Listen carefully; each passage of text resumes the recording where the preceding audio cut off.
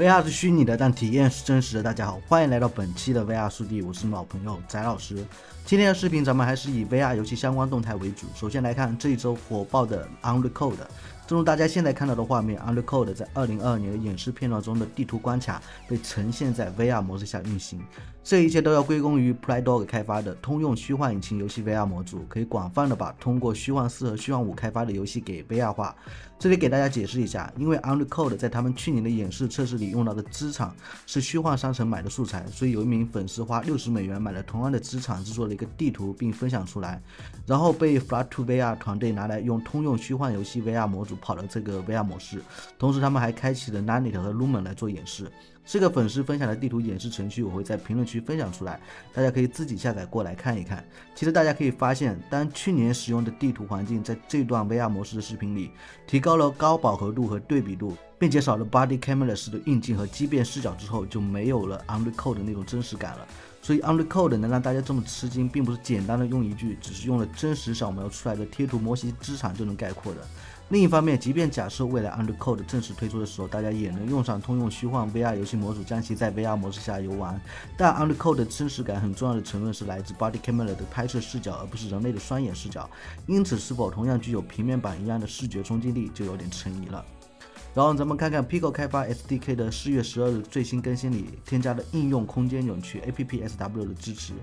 这个使用快手的朋友应该都很熟悉了，就是 VR 一体机的插帧技术。当游戏开发者使用 APP-SW 功能创建 Pico 的游戏应用，就可以以实际屏幕刷新率的一半来渲染画面。对于 VR 玩家的视觉上来看，似乎是在以全帧速率运行，但其实只花费了一半的正常渲染性能。那开发者就可以把节省下来的性能用于在其他地方。如果大家还有印象，我之前就给大家报道过，为 Meta 主导开发 APP-SW 的工程师张健去年6月跳槽去了 Pico， 现在主管 Pico XR Engine 和 Runtime 的开发。而他在投入 VR 行业之前就已经有10年左右的 3A 游戏开发经验。不过 APP-SW 在 VR 一体机上应用的游戏还不算太多，就近的大概有光之旅团、超级房车赛传奇 VR 和绿色地狱 VR。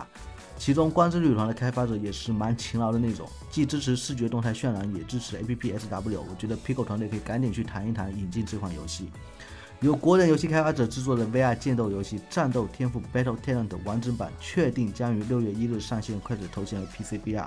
在我频道的观众朋友应该对战斗天赋都是比较熟悉了，此前我也是分享过好几次战斗天赋的体验视频。即便跟剑与魔法一样属于物理驱动的 VR 冷兵器动作游戏，但依然有着自己的游戏特性。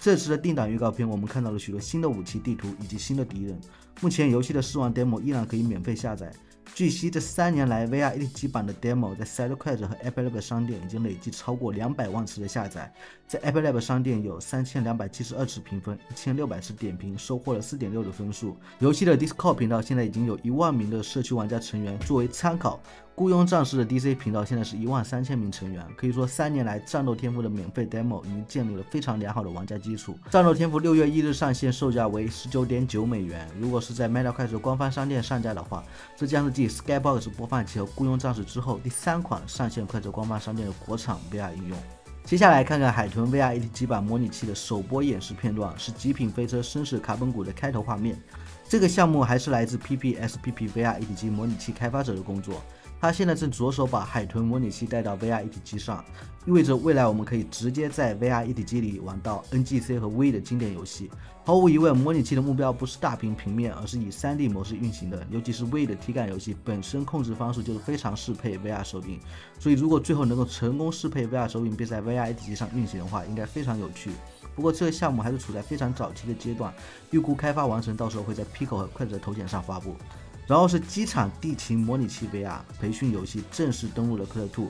重要的是，大家看这个画质对比，开发者在一体机版优化完毕之后，专门剪辑了一段跟 PC VR 游戏预告片一模一样的片段。而 VR 一体机版对比之前的 PC VR 版的画面居然完全没有拉垮。这个应用之前是一个 To B 的应用，被全球最大的机场和地勤人员用于日常培训他们的地面工作人员，现在终于向公众开发了消费者体验版本。在这个 VR 模拟中，你的角色是一名地勤人员，你将在机场的飞机转场过程中执行不同的任务，其中包含了5种模拟场景，景，并且每个场景都可以在培训和考试模式下体验，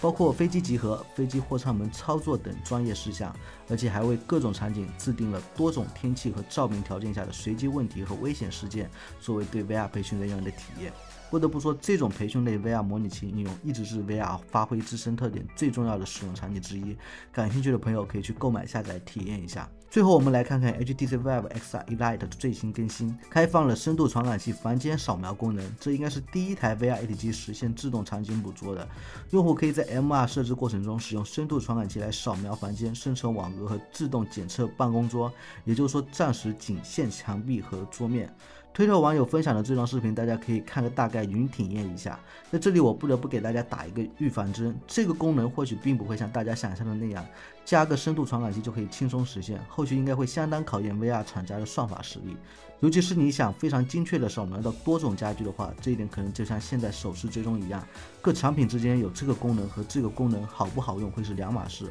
未来在硬件配置之外，想拉开产品的竞争力，还是得看这种细节层面的软件实力。OK， 那本期的视频就到这里。我们是不等待 VR 成熟，而是陪着 VR 成熟。loading VR 宅物圈，如果你也是对 VR 相关感兴趣，欢迎关注我的频道，点赞、投币、转发3连。让我们下期视频再见。